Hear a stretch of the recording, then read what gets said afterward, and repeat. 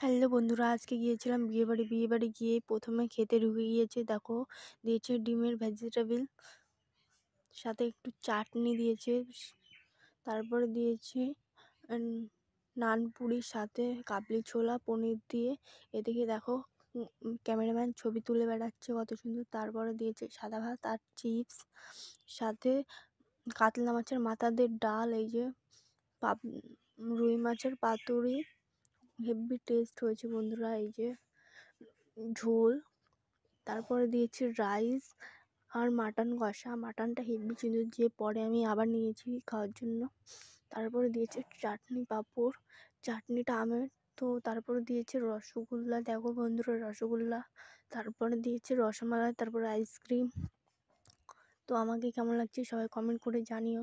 এটা মা, এটা বাবা, এটা একটা বোন হয়। আমি খাচ্ছি, আমার বোন ক্যামেরা ধরেছে। তো দেখো চাটনি খাচ্ছি আমি কত সুন্দর। তারপরে দিয়েছে হাত ধোয়ার জন্য গরম জল আর সার্ফের জল।